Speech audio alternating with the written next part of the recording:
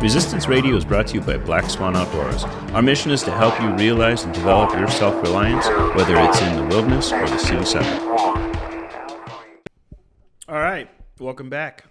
We are going to be talking in this series on the 10 Essentials about layering today. I'm also going to add in two other categories. I want to talk about sun protection and also shelter in this. I think there's less to talk about for sun protection and shelter. So I want to focus on layering and then add my little tidbits on those last two in this particular podcast. So layering is really important, and I think that this is completely underestimated for a lot of people that I see, and I watch some of the YouTube videos of people going out and trying to talk about survival, bushcraft, and all this stuff, but then they have, real piss poor choice of clothing. And so that's kind of a good tip to me. Either they don't know what they're doing or they're not really doing what they say they're doing in the outdoors. So layering is really, really important. It's your basic way in which we stay alive. And it's your primary shelter.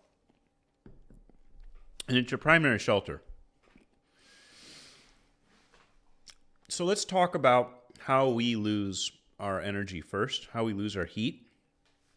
And then from there, let's design a layering system that's going to help us stay warm.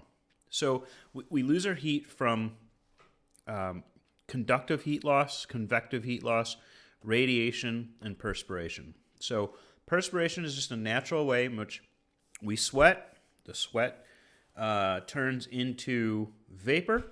That vapor takes energy. That energy is in the form of BTUs, can be in the form of heat.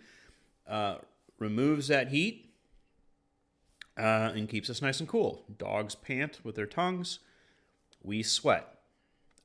So when we're sweating, we want to be able to regulate how we sweat. In the summer, right, we want to let that happen and let us sweat. If we're not sweating and it's hot out, that could be a sign of something very bad happening to us. In the winter, we need to regulate that sweat. We need to allow ourselves to not sweat, not get our skin wet, so that we stay dry. If we stay dry, we stay warm. And so oftentimes people overlayer without breathing, depending on the activity level in the winter, and they end up getting very cold even though they have lots and lots of layers on. Radiant heat loss happens out of your head and your head, shoulders, and neck. So you lose about 75% of your heat from the top of your body, right? Because heat rises from the top. So all that heat's coming out of your shoulders, your neck, and your head. What's interesting about your head is that the veins and the arteries don't vasodilate like other extremities.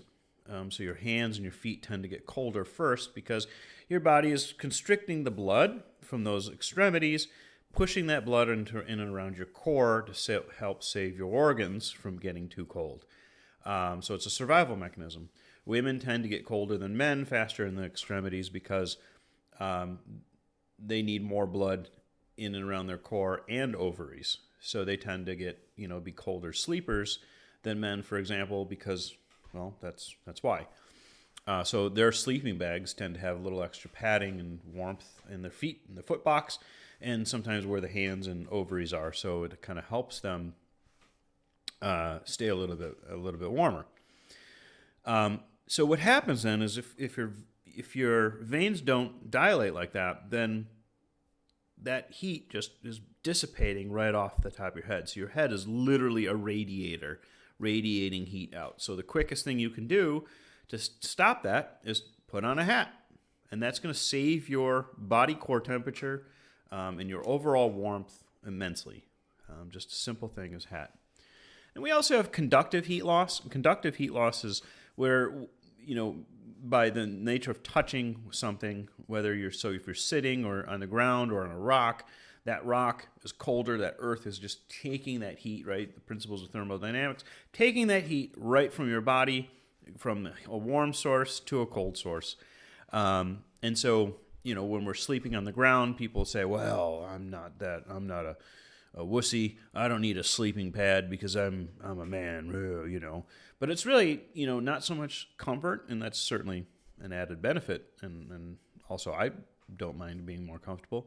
But it insulates you from the ground, from losing that body core, lets you sleep a lot better, and it keeps you warmer. So it's a safety issue as much as it is comfort. So likewise, while you're walking, your shoes and the shoes that you wear is your insulating property to keep conductive heat loss happening. So having proper shoes and footwear is important. While I'm talking about footwear, you can sweat up to 2 cups of water from your feet alone during a hike. So you want to make sure that you are planning for that as you are changing your socks, that you're giving your feet a breather, that you're letting your shoes breathe out at night to let some of that moisture out, so on and so forth. So that's just something to think about as we talk about staying cool in perspiration. Then there's convective heat loss, and this is when through motion of air or water actually takes that heat away from you. So the wind blowing through you, the falling into the water and having the current take your heat away is that conductive heat loss. And so we can protect ourselves from conductive heat loss with rain gear or wind gear and kind of a shell layer. So when we're thinking about layering our clothing, we want to think about a base layer, a insulating layer, and a shell layer, okay? And this is the foundation of layering, and this is what's important when you're outdoors to understand. So we take these principles of heat loss and we apply it to the clothing that we wear. And we use the fabrics to our advantage to help us stay warm. So our base layer's function is to pick up all that moisture and move it off your body, all right? So this is what's called hyperphilic clothing or material. It hates water, right? Philic hates water. Hyperphobic, sorry. Think of phobias, right? It does not like water. It's going to take that water off your body, leaving your skin dry, and that moisture then needs to go somewhere. And so through motion and moving and wind that's blowing over you, that wind and motion and all that is going to push that moisture up through your insulating layer, right? Which is going to be porous. This is why fleece is important or wool is important. It lets that moisture out, right? That moisture goes through and out. And now it's going to hit a next layer, potentially, which is your shell layer. And that shell layer, it's really important for that to breathe as well. And that's where Gore-Tex becomes so important. And that's why it's so revolutionary when it came out 25, some years ago. Before that, it was just treated nylon or plastics or rubberized materials or all sorts of stuff that didn't breathe. And that moisture then had to go somewhere. And that moisture would condense on the underside of that rain jacket and then soak you and get you just as wet in that coat that you're wearing as if you weren't even wearing it in the rain at all that you needed. So this is where pit zips and venting and large zippers and all sorts of things that you have built in that jacket to let that perspiration out, because the Gore-Tex can't do it on its own. It's not going to, it works well, but it's not going to work that great if you can open up those zips and you can open up your stuff and get that moisture out. The better you're going to be, the drier you're going to be. So we didn't really talk about that mid layer. That's generally going to be fleece or wool. Wool is excellent. Fleece is excellent because when it gets wet, it stays warm. So even if you were to fall in, or even if you weren't to be able to layer or manipulate your layers appropriately to stay dry, even if you did get wet, you're still going to be warm, right? The advantage to wool is it's very robust. It's very it's a natural fiber.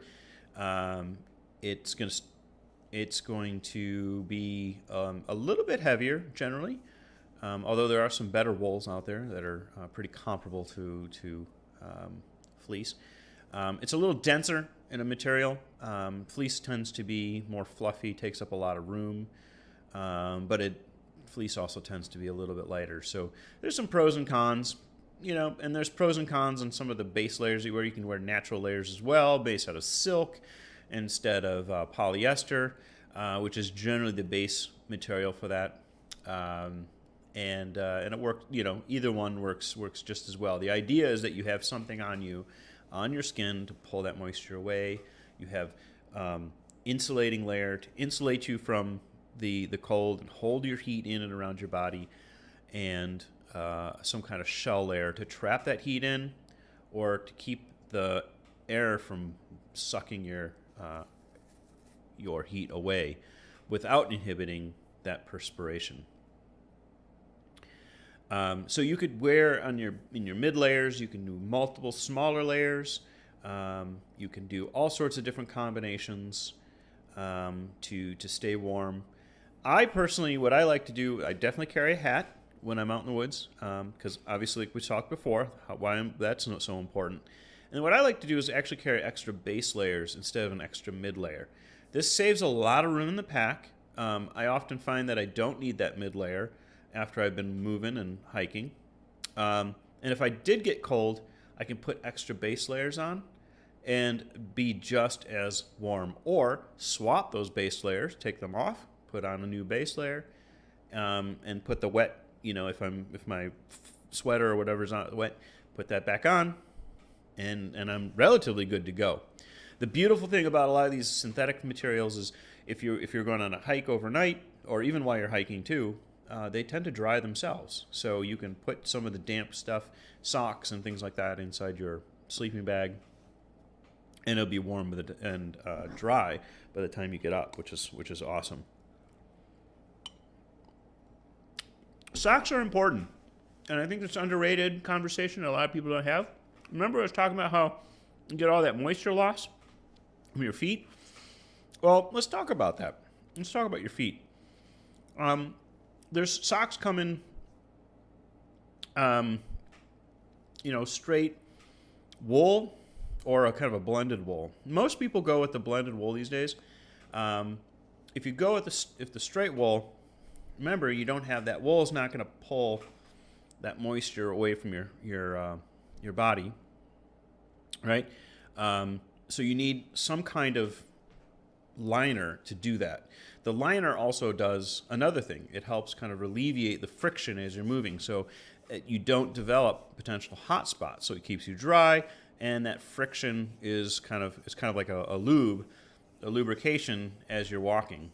Where your hiking socks that's wool creates cushion and comfort and also warmth. It's very, very nice. It's been a tried true combination for a very, very long time. With the adventation of the blended wool socks, we don't necessarily need to, and a lot of people don't wear the liner socks because they're not wearing wool socks anymore.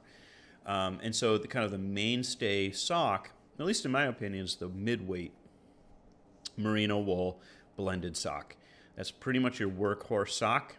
It's the sock that I would go-to for most conditions, even some winter conditions. It's the sock that I ice climb with. It's a sock that I sometimes snowshoe with, but mostly, mostly hike with. What I'll tend to do is I'll keep a mid-weight, even if I'm wearing, like, say, a heavier weight or expedition weight while snowshoeing. I will carry a mid-weight in my backpack as my extra pair of socks that I like to carry. If I am out hiking and I'm wearing a thinner sock, right? Maybe I'm going for a lighter, faster hike in a warm environment. I don't want to wear all of the heavy, sock. I don't need the cushion. I don't need the warmth. So I'm going to go for a lighter weight sock that's going to wick my moisture away faster, I'm going to carry that mid-weight on there just in case I do need that extra cushion. You know, it's not going to hurt. So that mid-weight is my go-to sock, and it's my reserve sock. And then oftentimes I'll sleep with that sock. That will be the dry sock that I have in my sleeping bag. Sometimes I'll even carry an extra pair of socks that I just keep for sleeping in, just to make sure that if anything else gets wet and I'm miserable, I can put on a nice pair of dry socks and everything's good to go. So socks are really important, so if you're looking to buy gear or get stuff, for outdoor adventures, 1 pair of lightweight socks, 2, maybe 3 pairs of midweight socks, and then a pair of expedition weight socks, and you'll be able to conquer the world, really.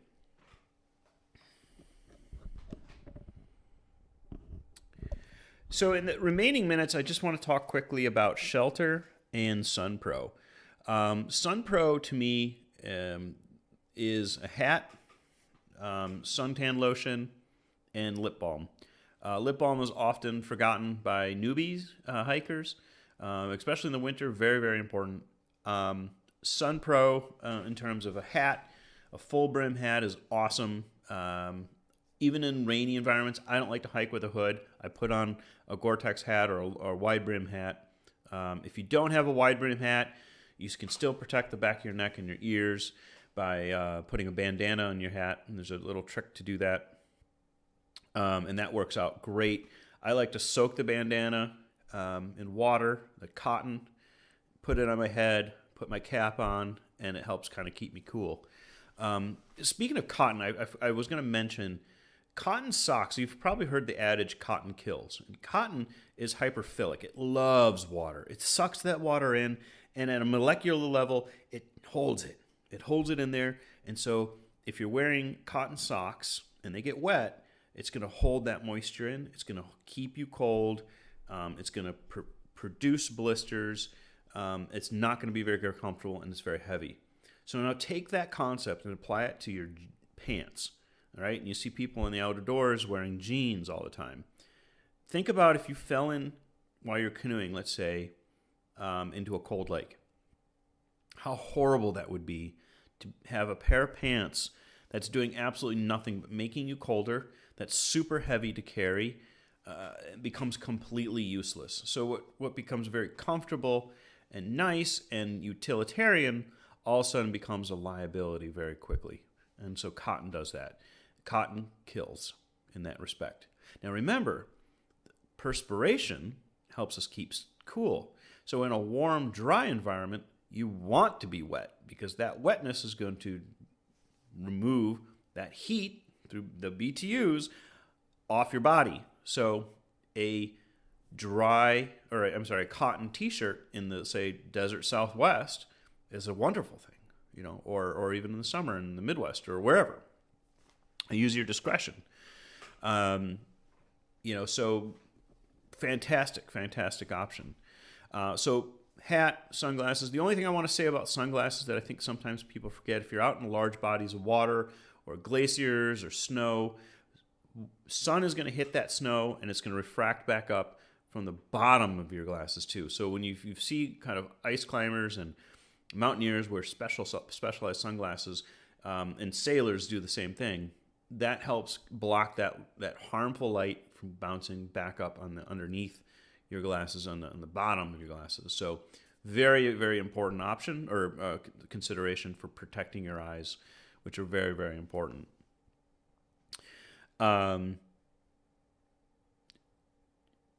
The other thing I want to talk about is, and this kind of falls into this category of SunPro, is carrying something to kind of protect your body from the sun, whether it be long sleeve, silk weight, long underwear, or a wind shirt, or something that lets you breathe, that's just going to protect you from the sun, that also might protect you from, say, bugs. I carry a head net.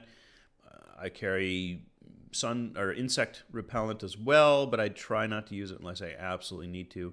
So I kind of rely on a wind shirt, wind jacket, and a head net. But yeah, you want to think about covering yourself if you're exposed for long periods of time in the sun, just to protect yourself from that exposure. The last thing I'm going to say is I want to talk about is shelter.